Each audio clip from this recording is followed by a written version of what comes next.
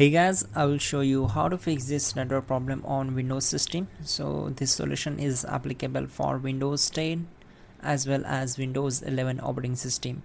You have to just follow my screen, don't miss any steps, and we will fix this issue together. First of all, we need to go to the search bar and type here device manager, and from the search results click here to open it.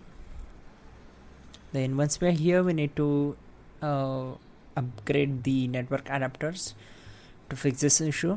So go for the network adapters, click here to expand it, right click on the particular device, select properties.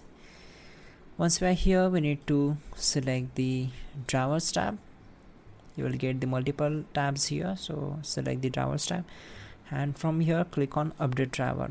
So the new window will pop up on your screen. If you are not connected to the internet, then select the browse my computer for drivers option.